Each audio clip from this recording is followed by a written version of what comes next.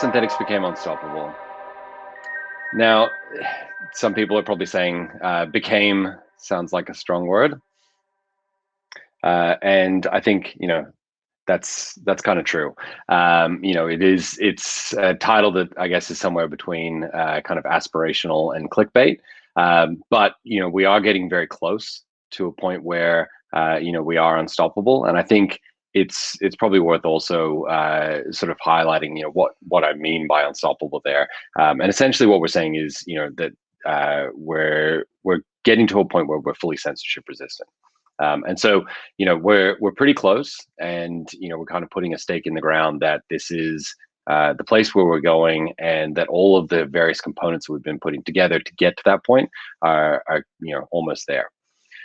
The founder problem. There's probably a number of founder problems, but the specific one I'm talking about is the bus issue, right? Like, what happens if I get hit by a bus today or drop dead? Will the project continue? What are the impacts, et cetera? And ultimately, it's hugely problematic if there's a single person that is totally reliant on the project's totally reliant on to kind of keep going. And I think there is that element in the early days of a lot of projects where it's one person who's trying to kind of drive a vision, or a couple of people that have gotten together to drive something. But ultimately, that's not acceptable in the long term, right? For a project that's going to be censorship resistant, for a protocol that is going to be permissionless, you can't have a few people that it's totally reliant on. And so I think that one of the things that we're working on is this roadmap to kind of take us to a place where that's no longer an issue.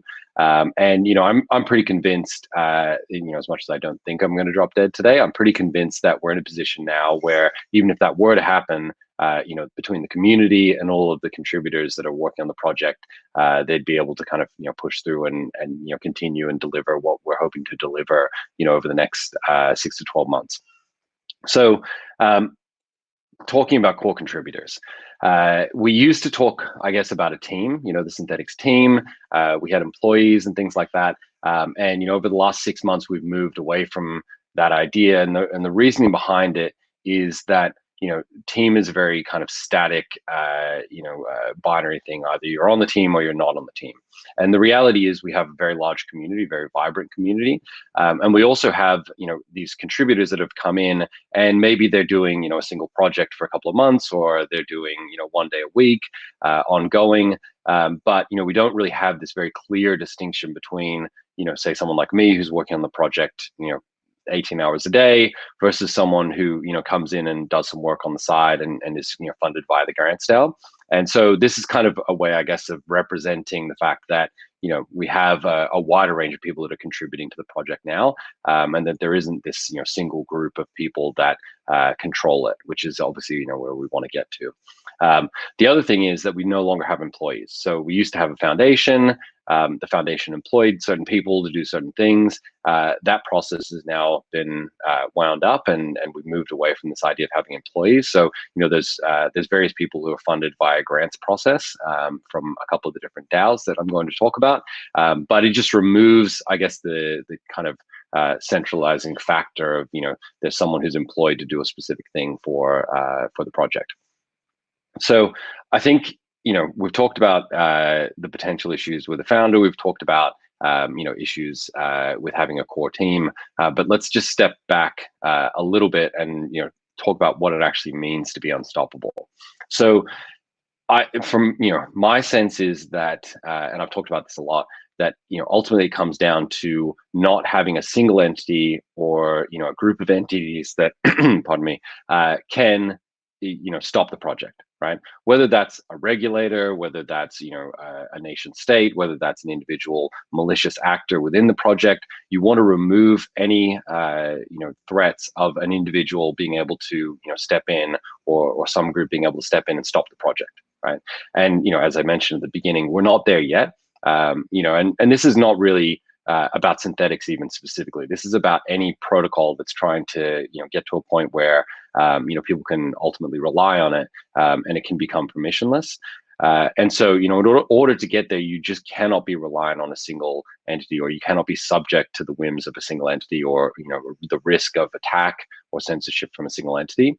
You really should be able to get to a point where ultimately your biggest concern is, a meteor hits the earth and wipes everyone out. Short of that, there shouldn't be anything that that takes you out, or global power outages or things like that.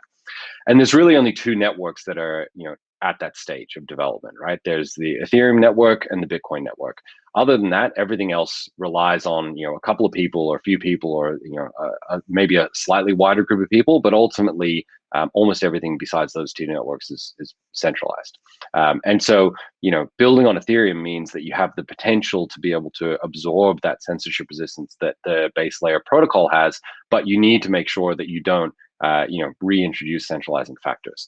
And so, at the beginning, you have to have those centralizing factors, and you need to kind of work out a way to peel them off. And that's what we've been doing, over the last couple of years, is peeling off these things. And so, our goal is essentially to become one of the first fairly complex protocols on Ethereum, at the application layer, that is also censorship resistant, that is also unstoppable or permissionless. And what that sort of entails, and how we achieve this, is we've got a number of different components that need to come together. There's the social layer, there's the people and community. There's protocol upgrades, because it's not a static protocol, it does change. There's the removal of legacy entities. In our case now, you don't always have to remove legacy entities. You can, not be idiots and not create them in the first place. But unfortunately, we've inherited some of the bad mistakes and decisions that we made in the past, and we're trying to wind them back.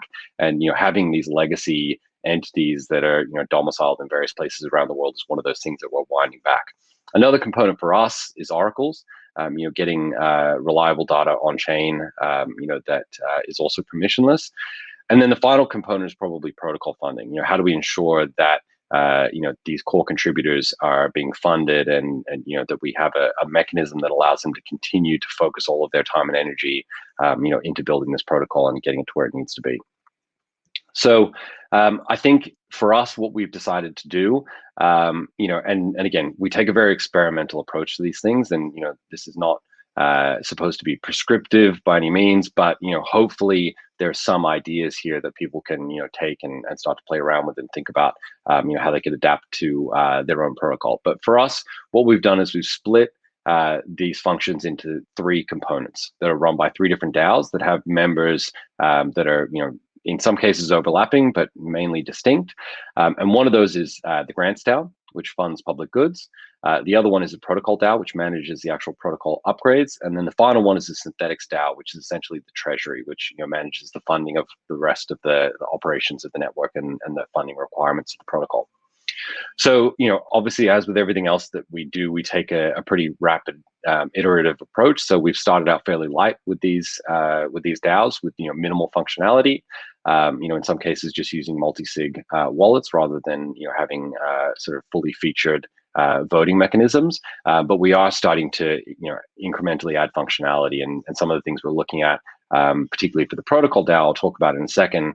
Using things like Aragon to enable more token holder control. So I've already talked about the sort of people component.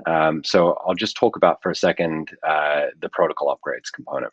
So Synthetix has gone through, I think it must be now 10 or 12 different major upgrades in the last 2 years since we originally deployed to mainnet.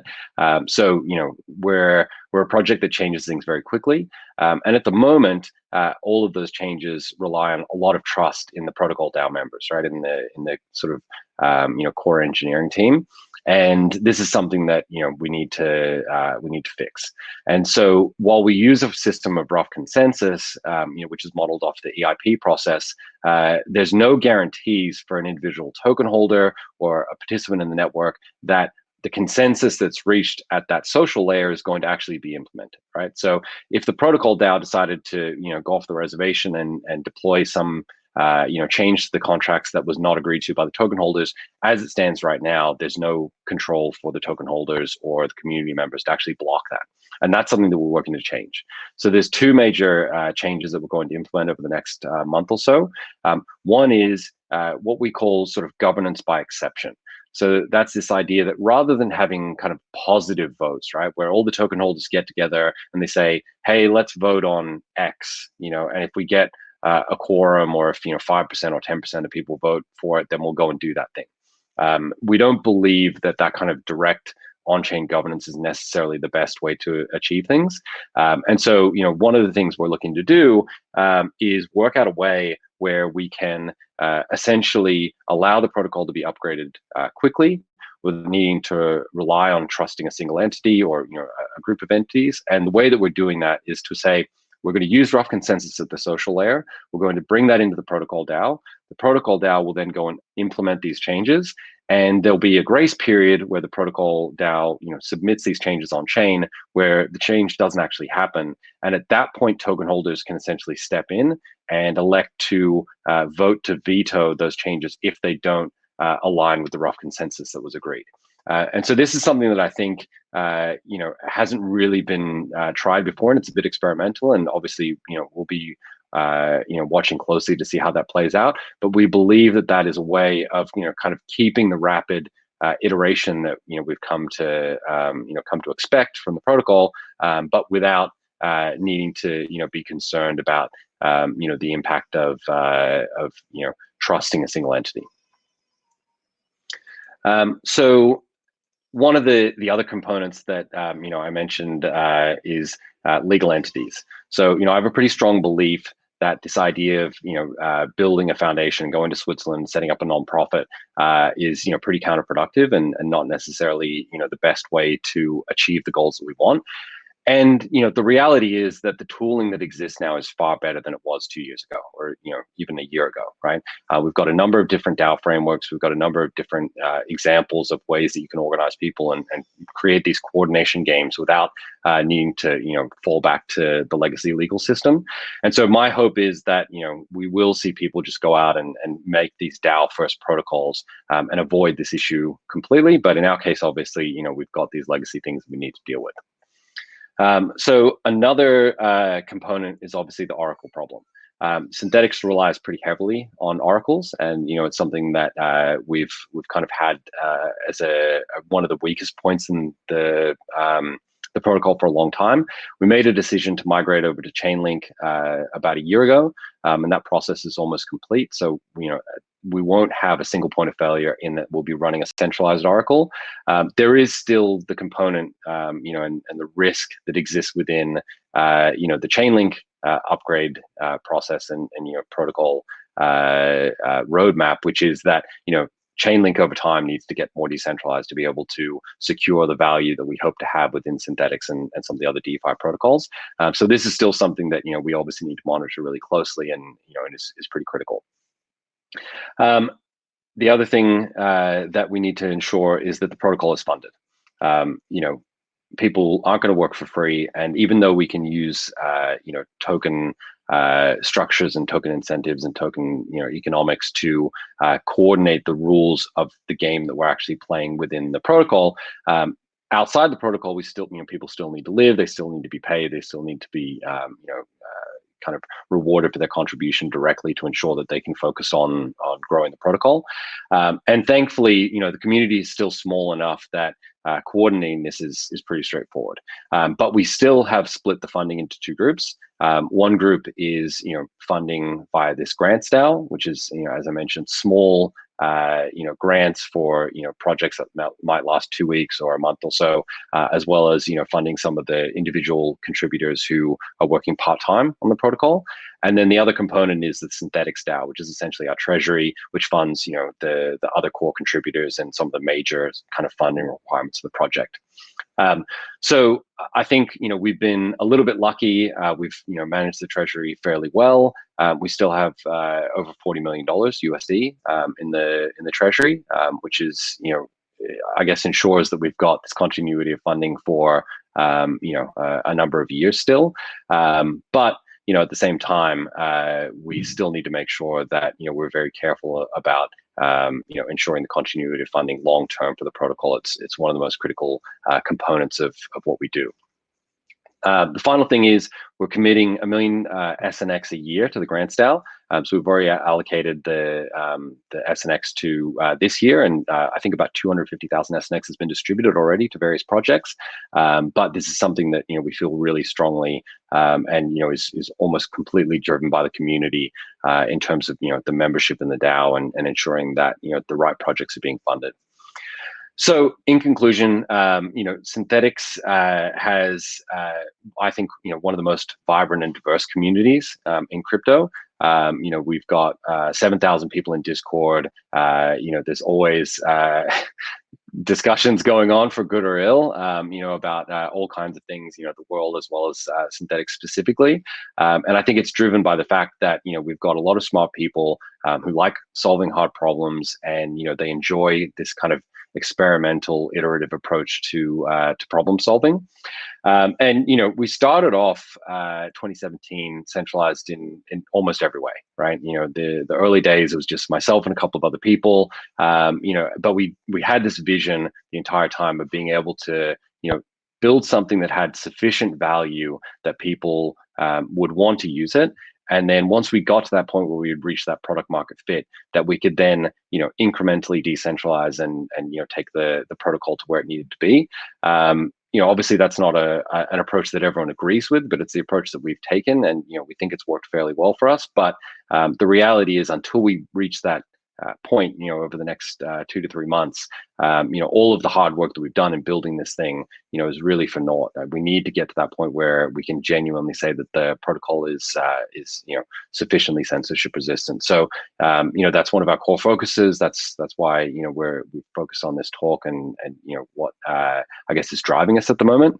And if you've been watching the speed at which Synthetix has iterated over the last 2 years, we've been definitely constrained in some ways around some of the legacy decisions we've made. And we do feel like we're reaching this inflection point where the shackles will be cast off, and we'll be able to really aggressively iterate even more so than we have in the past. So keep watching. There's some super exciting stuff coming up, and yeah, thanks very much for watching.